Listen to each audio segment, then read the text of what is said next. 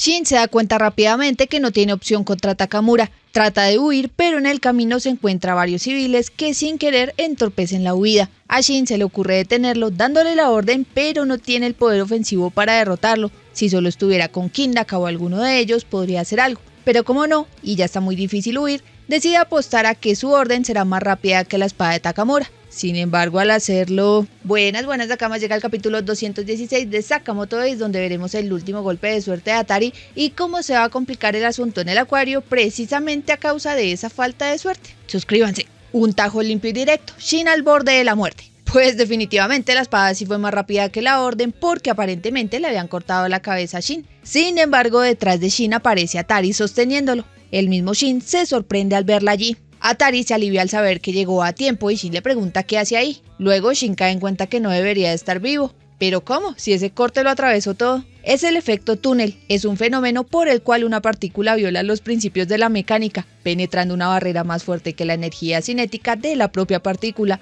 Hay una probabilidad muy baja de que ocurra. En otras palabras, las partículas de tu cuerpo y de la espada pasaron una a través de la otra sin llegar a chocar, como si fuera un milagro. ¿Atravesar un objeto? ¿Eso puede pasar?, pregunta Shin, a lo que Atari le responde que aunque la probabilidad sea ridículamente baja, sí existe aunque sea una posibilidad, lo único que cuenta es la suerte. Slor se queda mirando la espada como si hubiera algo malo con ella.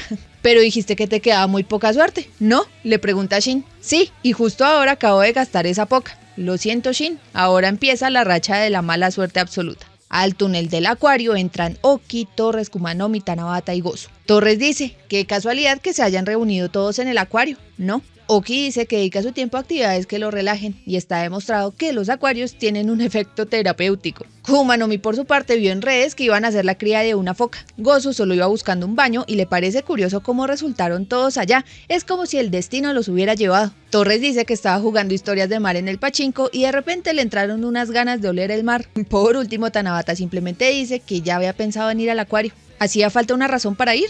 Cuando llegue a casa plasmará todos esos sentimientos en una canción. ¿Qué demonios está pasando aquí?, pregunta Torres. Shin y Atari apenas voltean al verlos llegar y con Slor de fondo. ¿Esto es la mala racha de suerte absoluta? Como si la situación no fuera ya bastante horrible. No podemos huir. ¿Qué hacemos? ¿Qué más da? Ahora que los hemos encontrado, debemos matarlos, dice Kumanomi. En el techo del acuario había una ballena colgada. Kumanomi arrancó los soportes y bajó la ballena hasta donde estaban. La lanza hacia Atari y Shin y ¡zas!, los manda a volar con la ballena hacia otra sala. Van aterrizando y aparece Torres por un ladito, y de la manga saca su arma y los ataca, llevándose un estante en el proceso. Estante del que Shin tomó un cuadrito para cubrirse y obviamente a Atari también. Como Shin quedó herido, a Atari se le ocurre que la única forma de arreglar eso es pidiéndole a Shin que la mate. Ahora mismo está atrapado en su racha de mala suerte. Si ella muere, él de pronto puede tener una posibilidad de sobrevivir. Tú me salvaste, déjame devolverte el favor. No pienso hacer eso, le responde Shin. Le hice una promesa al señor Sakamoto. Le dije que mientras él no estuviera, yo los protegería a todos. Además, estás equivocada. En este mundo, los que dependen de la suerte son los primeros en morir.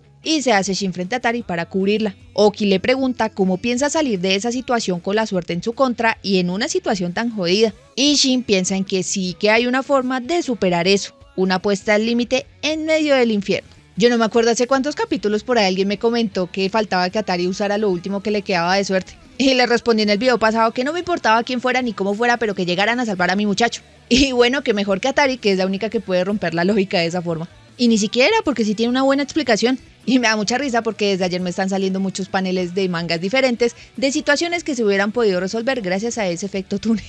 Si bien es un poco raro, veámoslo de dos formas. La primera es que es un efecto que sí tiene ciertas probabilidades de pasar. Y ahí sí, como dijo Atari, si hay suerte, pasa. Paréntesis, me da mucha risa la cara de Uzuki mirando la espada. Pero bueno, lo segundo es el tono de la historia. Además de la suerte, aquí todo tiene un tono farsesco. Nada es lo suficientemente descabellado para que no pase. ¿Qué creen? ¿Que es muy normal que ande por ahí un loquito con trastorno de personalidad y haga todo lo que Uzuki hace? ¿O un telepata suelto? ¿O un gordo que se hace flaco en segundos? No. Además de que en la prisión Atari ya había dicho que ya sabía en qué iba a usar lo último que le quedara de suerte. Y que no iba a quedar relegada, al menos por ahora, porque si va a ser el alma gemela de Shin, tienen que darle cierta participación y ella va a estar involucrada en lo que respecta a él, por lo menos en este punto de la historia. Hablando de la situación en sí, está como cuando salieron de la prisión, rodeados y sin esperanza, solo que peor. Antes por lo menos tenían a Sakamoto, ahorita se tienen ellos dos. Torres va a insistir en ir por Atari y los demás pues por los dos. Pero tal y como pasó saliendo de la cárcel, algo va a pasar que les va a permitir huir, por supuesto. Por algo Shin pensó en que sí que hay algo por hacer. Detenerlos no, porque ya detuvo a algunos antes y no los va a poder detener a todos.